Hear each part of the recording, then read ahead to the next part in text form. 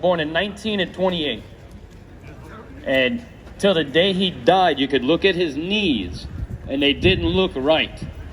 When he was a child in school, if you spoke French, the teachers would hurt you.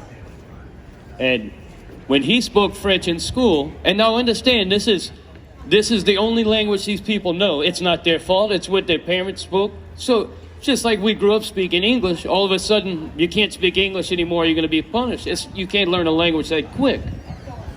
So my grandfather was made to kneel down on the floor on rock salt so many times. And if they didn't have rock salt, they would put rice and make you kneel on rice. They also would break your knuckles. They would put your hand on a desk and hit your hand and break your knuckles. They would make you wear a sign on you calling yourself stupid because you couldn't speak English. They would make you use the bathroom in your pants because you couldn't ask in English to go to the bathroom. So this went on. So what happens?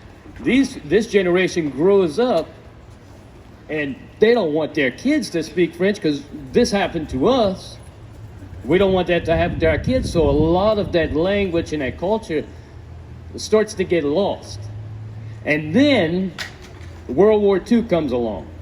And all these Cajun people that have never been out of the parish, all of a sudden they end up in Europe. A lot of them in France. And they have been told their whole lives that this French that you talk, this Cajun French, it's not real French. No one else can understand it. It's a bastard language. So they find themselves in France, and lo and behold, they start talking to the French people. All of a sudden, these Cajuns they start getting a higher and higher rank because they can speak to the locals. So the higher ups in the military, they recognize that, okay, we need this one, we need this one. So a lot of these people became translators for generals and people like this. My uncle, he joined the Navy.